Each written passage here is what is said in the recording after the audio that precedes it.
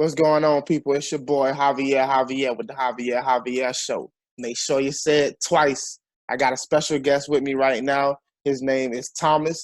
Thomas, welcome to the show. Tell people about yourself, and let's get into it.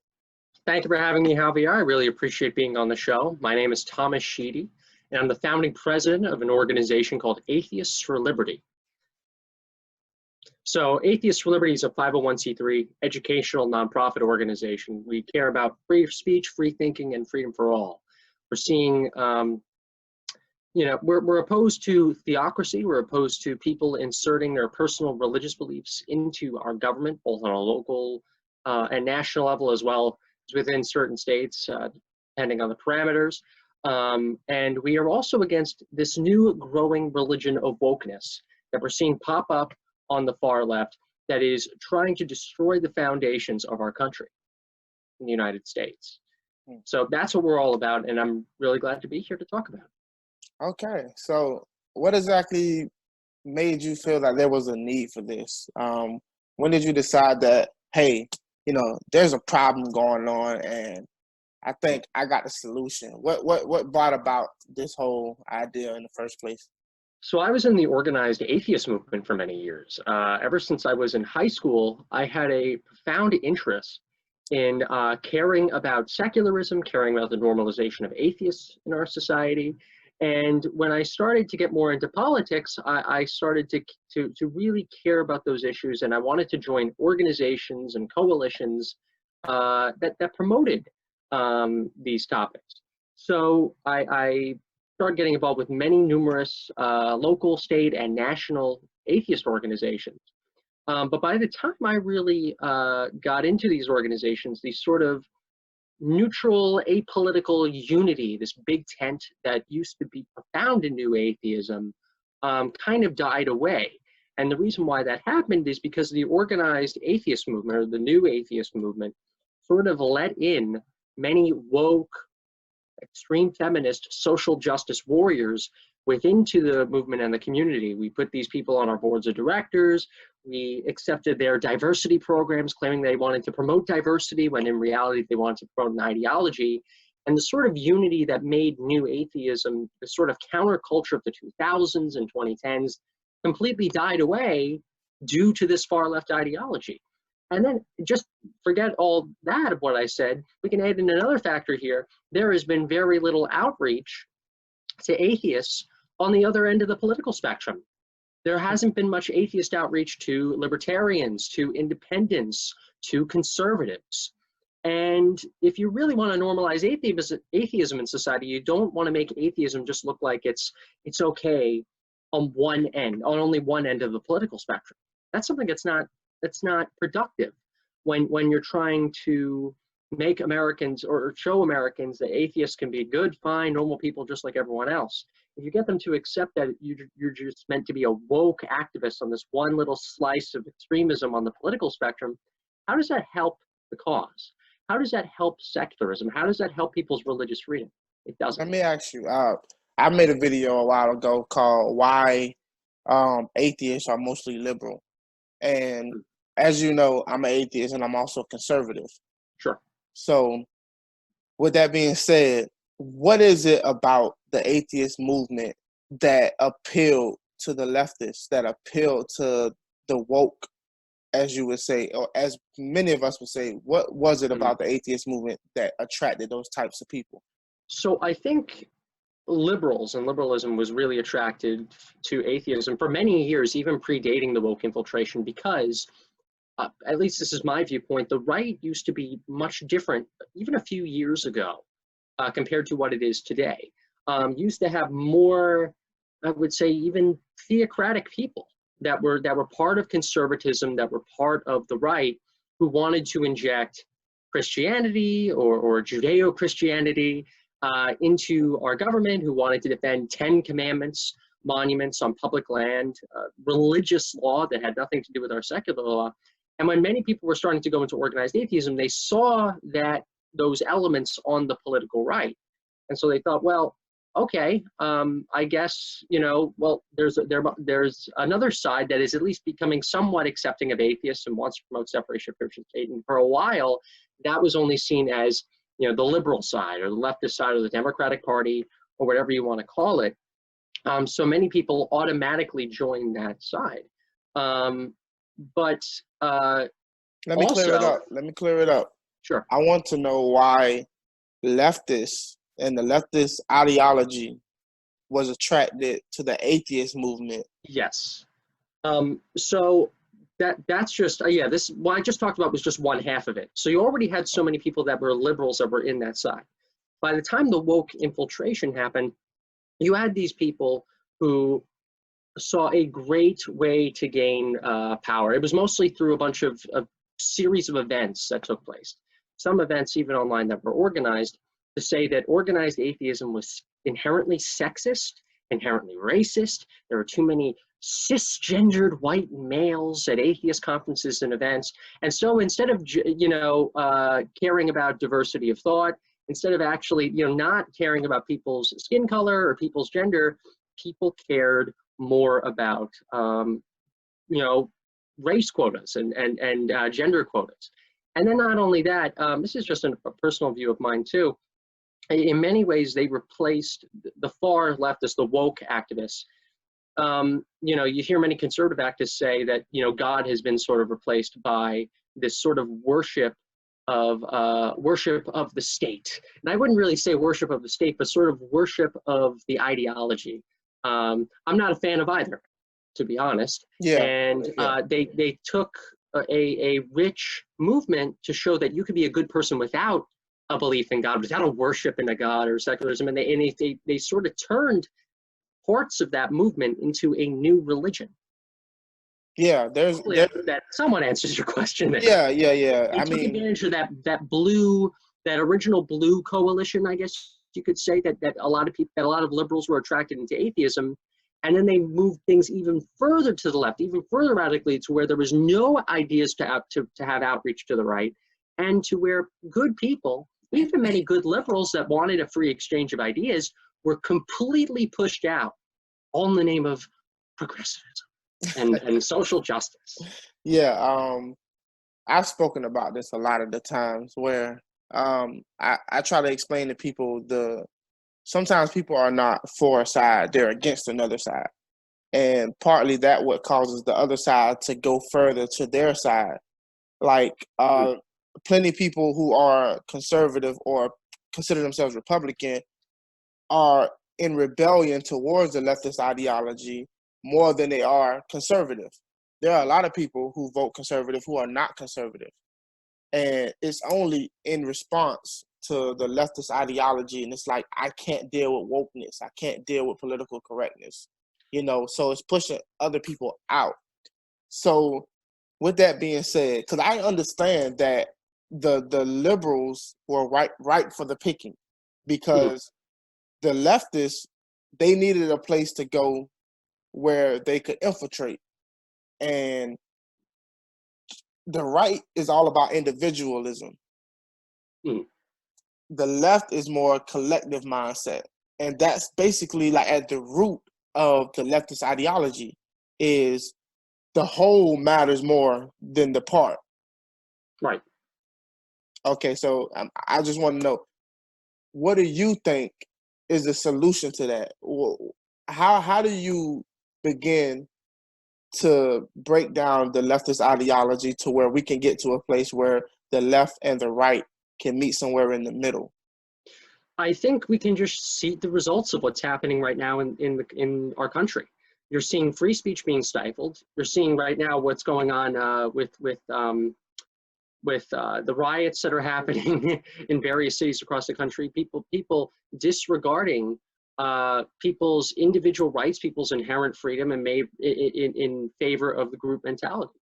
So, you know, and we've seen the sort of collapse of proper institutions that were supposed to promote the Enlightenment, promote individualism in the name of diversity. So much so where you even have people that are atheists who are liberal, like Dr. Peter Boghossian, Dr. James Lindsay, and Dr. Helen Pluckrose, teaming up with even conservative Christians sitting down trying to have a dialogue on how to maintain our civilization despite our theological differences.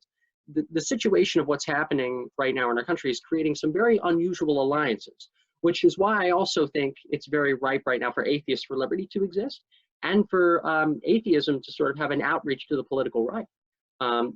It's perfect ground, and it's also enabling secularism to grow on the right without some people even noticing it.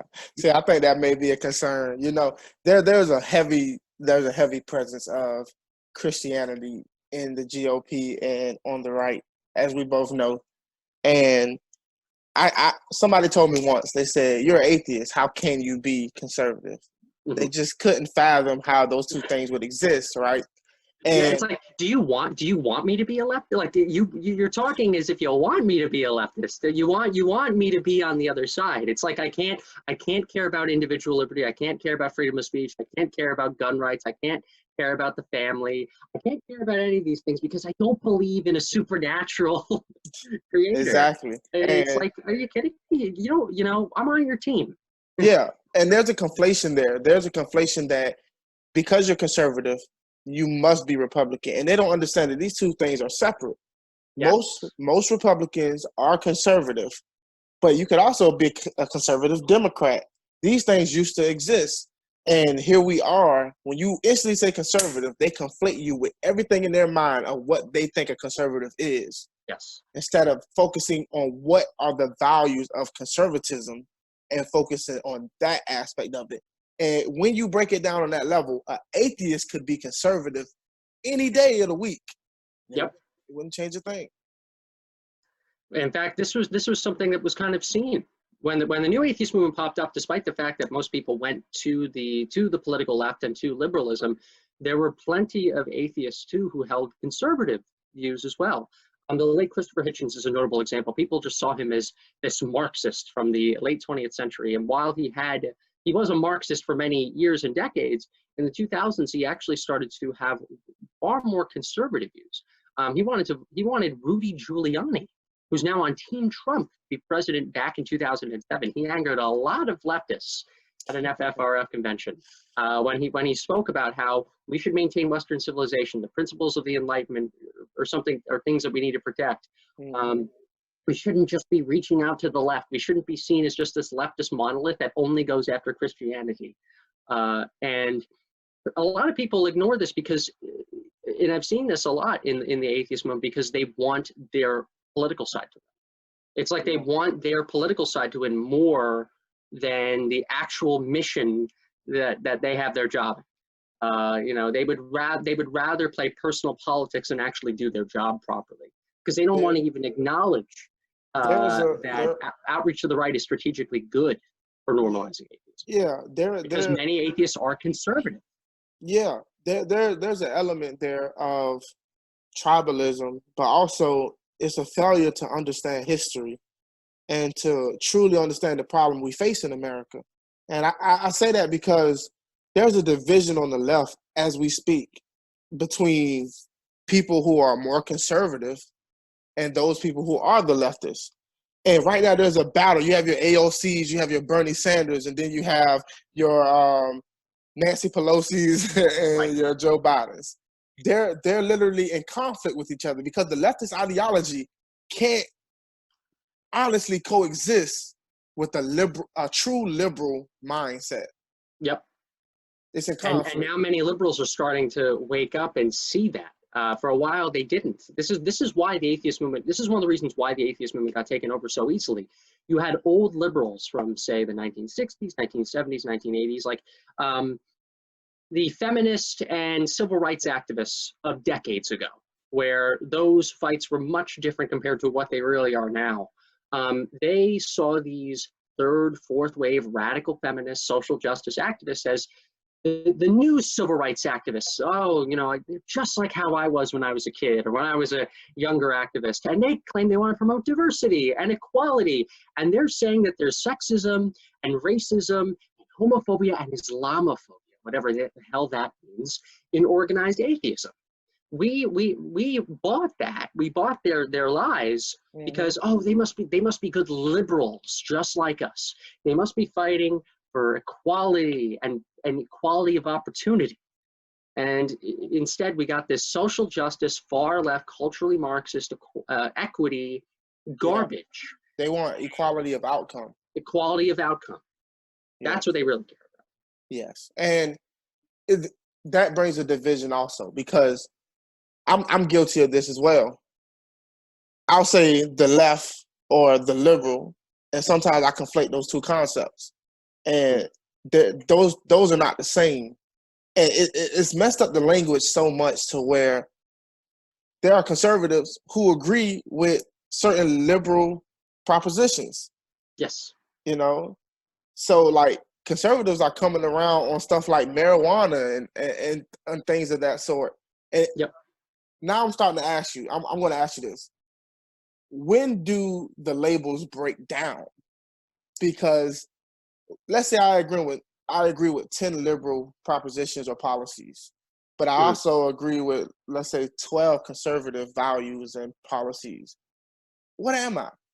How do you determine what am I?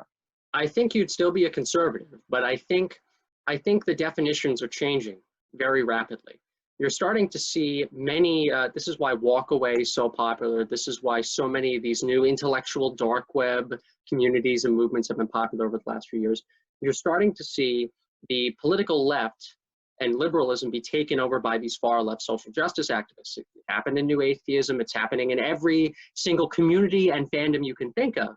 And you're starting to have more people that, say, in the 2010s or in the 2000s were more liberal and team blue, but who were sane, who were normal, come on over to the right and bring their more classically liberal principles into conservatism. So now you're starting to have conservatism, and I guess you could say libertarianism and classical liberalism, this sort of anti-SJW right-wing monolith, become more classically liberal, while you're starting to see the left shrink more and more and more as they embrace this ideology. Yeah. So conservatism is changing, a lot. And there are a lot of people that would not have called themselves conservatives just a few years ago that are now calling themselves conservative now. There are some old-time conservatives that really don't like this. And personally, I see that as a really good thing. It's sort of, if we're talking about diversity, it's actually kind of evening out the playing field. The sort of myths of what it means to be this right-winger, it's going away. You don't have to be this right-wing, Bible-thumping, we want to inject our way of life and our morality and our government into your life, kind of way. That's fading out. And in the ways that's actually helping conservatism. That's helping the political right, because it's showing, it's breaking down the stereotypes of what it means to be a conservative. And I think it's going to be bettering the country overall. And it's going to awaken a lot of normal people to see there's a real messed up problem going on with the far left. And we need to take action on this. Now, I wouldn't do it justice if we didn't address the far right. So the far right is definitely an issue, and I'm pretty sure anybody on the left will be the first ones to say, well, what about the Nazis? What about the KKK, the people that support Donald Trump, or these, far right activist groups? Yep. Like, they're a problem on the right. Yeah, and we need to acknowledge that they still exist. We can't be hypocrites about this. The far right, the alt right, whatever you want to call it, is still growing. And in some ways, it's trying to gain more traction in conservatism from the right. Just like you have many people that are walking away from the left and coming into conservatism from the left. I know people think that is an evil leftist infiltration, but it's really just normal, good liberals that are just coming into the right and maybe identifying as conservative or classically liberal, libertarian. There is also a right-wing, far right-wing infiltration of conservatism too. We're seeing this happen with the Groyper movement and the growth of Nick Fuentes' America First program. We saw this a few years ago, not as much anymore, but we saw this back in 2016 and 17 and 18 with Richard Spencer and the alt-right movement. And we saw this with the Unite the Right rallies and marches back in Charlottesville. And this is something that we really need to pay attention to as well, because these far right activists, they want to judge you by your religion. They want Christianity. They want far right Christianity into government. They want to judge you by your race. They want to judge you by your gender. They want to bring their version of morality into your life, just like what the far left wants to do. They judge by race, they judge by gender, they judge by religion, they judge by sex, and they want their personal religious beliefs, their religion in your life. Just like the far left. The far left wants the religion of wokeness, the far right wants the religion of far right Christianity and hardline Christian values, and we're a Christian nation and we're white and get over it into your life. And you have even many Christians, many evangelical Christians that are in the mainstream right that started to see the problems of the moral majority. You even have evangelical Christians that are going, oh boy, this far right infiltration is not so good. I might be personally a far right Christian or an evangelical Christian, but this all right infiltration of people wanting to really impose their beliefs on us, I kind of see what the atheists and the secularists are talking about now. This is a big problem. They justify each other. This is the weirdest dynamic. The far right justifies the far left, and the far left justifies the far right, because they're both saying, look at those far leftists. This is why we have to. And therefore you have to adopt my extreme ideology, because only my extreme ideology can solve your problems. Right. And bring the country back or transform the country in a way that really bring prosperity for all. Right. And the left is doing the same thing with the right. Look at those racists. Look at those people. We have racists. Yeah. We have to force our ideology and root out racism and, make equality of outcome for everybody. So they justify each other. And then one side wants to bring the country back to the dark, bring the country to the dark ages, and the other side wants to just destroy the country overall. And it's like having two guns to your head here. Either you go with the far left, and you stay in the movements and you just go with the party line that's happening there, and you embrace that, and you get one bullet into your head, or there's a different gun to your head that says, oh, we need to promote. We need to inject religion, and we need to inject race, and we need to inject our version of morality into your life here. Either way, you don't win. You don't win. And they're pulling everybody else apart. And not only they're pulling everyone else apart, it's making some people think, oh, well, I have to pick one of them. Which one is the better one? It's like, you can't just be a normal person and say that you reject both of them. I would rather be the last one standing, fighting against both extreme ideologies at the end of the day, than pick a side because, one is better than the other. I think a lot of people on the left and the right are making that mistake. And the atheist movement, because they used to see the right as this Judeo-Christian, we're going to inject our religion into your life kind of movement, they would rather stick with the far left social justice activists because they think, oh, well, they're a necessary evil. I might not like them. I might not like cancel culture, but I'm going to stay with them. And on the right, you're seeing some people say, oh, well, the far left is so crazy. They want to destroy America. So therefore, we have to promote Christian foundations and religious foundations. Even though some atheists are even like this. Even though I might be an atheist, we have to be, I totally get the religion part. And I'm going to shut up about my atheism because, oh, the far left is bad. Oh, social justice warriors are bad. Yeah. Why do we have to get trapped? We don't have to get trapped. We don't have any extreme moderates. And it's not even a moderate thing. You could be a hardline conservative and realize the far left is not doing anything good for conservatism. You could be a liberal and you could be an atheist, and you could say, these social justice warriors are not doing good either. You could be vice versa. You could be a liberal Christian. You could be a conservative atheist and come to that same conclusion too. Yeah. This is not like an extreme radical or extreme like libertarian centrist moderate viewpoint, that the liberals and conservatives are not understanding. Many people, normal people through a pretty good spectrum, normal Americans understand that our country is in trouble right now, and extremism and people injecting their morality into your life, trying to take down the country or trying to mold the country into a nation that it's not, is not good for our lives. It's not good for our neighbors. It's not good for our families. And it's detrimental. You see what's happening. You see what's happening. It's happening all over the country. And I'll put it like this. For me personally, I don't care if you're on the extreme left or the extreme right. You're part of the problem. You're my enemy. And I don't say that lightly. What I say is either you're reasonable or you're not a part of the conversation. I'm waiting for those people on that spectrum, conservative and real liberals, and anybody that falls in between, libertarians, the independents. It's time to step up and say, you know what? Enough is enough. We're taking back our country, and we're going to actually make policies that work for people who are living real lives, not the people that's out in the streets who don't have a job, still stay with their mama in their basement, and they can go around and riot and loot. Exactly. With real problems, who work real jobs, who have real solutions. And I'm with you 100% there. So what is the goal? You got Atheists for Liberty, right? Yes. What is the platform? What are you trying to accomplish?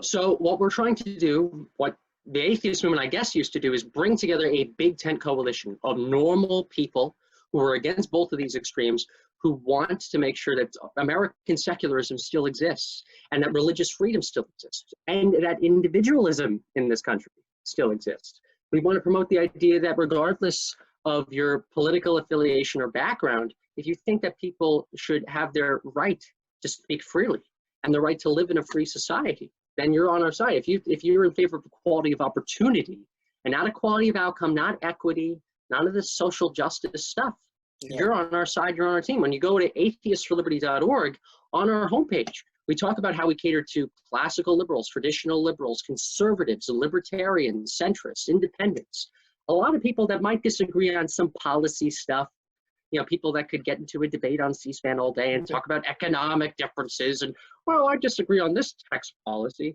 We actually have a lot more in common. We want to save the country. We want to save our culture. We want to save the American people here. We think secularism is a bedrock of American life. And we want that to still stay strong in this country.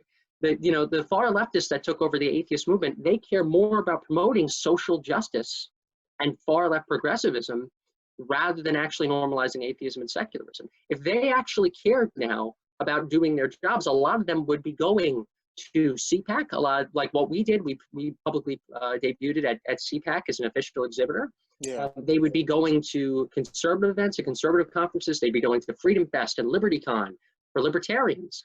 They would be evening out the playing field and showing that you can be of any political ideology and viewpoint and a non-extremist and support separation between church and state, support individual rights, support people's right to believe or not believe, and defending our civilization, which was founded by Enlightenment values.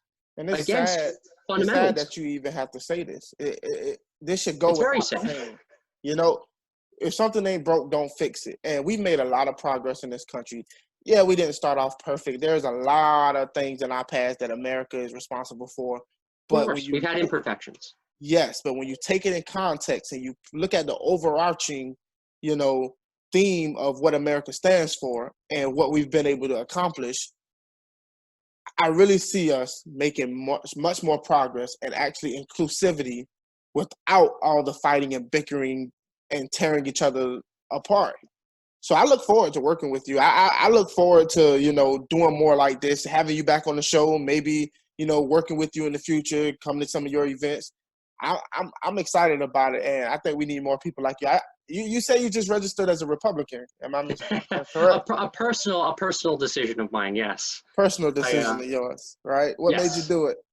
So I was, for quite a few years, I was a Democrat. And the reason why I was a Democrat was because of, like I said earlier on the show, the political right used to be more of the party of, we're going to inject our religion, we're going to inject Christianity into public life and into society.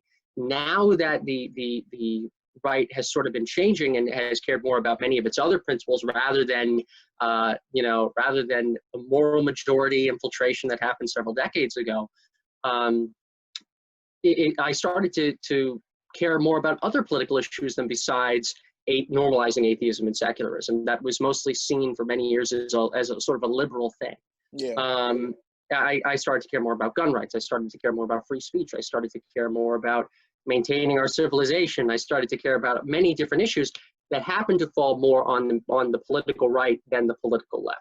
And political activism is so important. And I've been making a lot of connections, especially with trying to normalize secularism on the right, with college Republican groups, with young Republican groups, with many different conservative organizations like TPUSA chapters, Young America's Foundation, Young Americans for Liberty.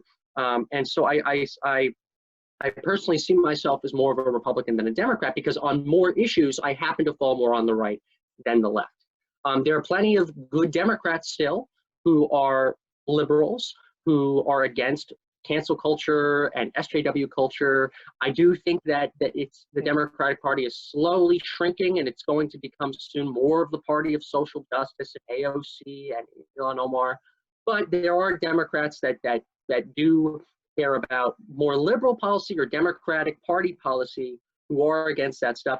I just felt like I agree with the Republicans on more stuff at this point than the Democrats. It makes sense for me to switch to the other. Yeah. So I made that personal decision. And Atheist for Liberty is a 501c3 educational nonprofit organization. We're not endorsing political parties. We're not endorsing political candidates. You could be a non-woke, pro-freedom, pro-American, pro-secularism Democrat and support Atheist for Liberty. You could be a Trump-supporting, MAGA hat-wearing Republican, conservative, and support what we're doing too. We're trying to build a coalition of normal people, non-extremists, no SJWs here. We're not allowing the social justice, crazy feminist takeover like we saw in New Atheism happen here. We're going to get normal people together. Yeah. People who might disagree on well, the tax policy, I disagree with you on the tax policy. I'm going to debate you on Facebook for 5 hours a day until my fingers fall off. You can disagree on that stuff. Yeah. But if you fundamentally agree on our core principles on atheistforliberty.org, caring about religious freedom, individual liberty, separation of church and state, those various different topics, free speech, free thinking, freedom for all, our tagline there, then you're welcome to join us and fight with us. Oh yeah. And I always think of, ask not what your country can do for you, but for what you can do for your country. A lovely Kennedy quote. I actually love quoting that. I quoted that on I believe my last podcast appearance before coming on here. So you took the words out of my mouth. I appreciate you, man. I really do, and I hope you get more appearances and you get more podcasts. I'm always open, man. Reach out to me, and look, if there's anything I can do to help along the way, and I'm interested, we can talk off camera and really get things rolling. I appreciate Thank you, Javier, you. and I really appreciate it, and I really appreciate your viewers taking the time to watch this interview. And if any of them are interested, they can always go to interested in helping us out and looking at more of what we're doing. They can go to atheistforliberty.org. That's our website, and they can click the red Join Us button right on the center of the screen there, and they can become a member of our organization. You can become a member of our organization for only $10 a year. That's the price for our membership. We also are active on social media. You go on Twitter, Facebook, Instagram, you type in Atheist for Liberty. We have an active, growing social media presence. We're also on 2 emerging social media platforms, slug.com and agnostic.com. We have a nice partnership with them. So I really want to thank you, Javier, for having me on the program. It really means a lot to me. Not a problem. Beautifully said. I think we can end it there. So thank you so much, Thomas, for joining us. All right, people, you heard, you came and you saw. Now run and tell them we said it. And if they ask for us by name, make sure you say it twice. Share this video. Like this video. Friends, families, make sure you do it at least twice. Once again, thank you, Thomas, and we out of here. Peace.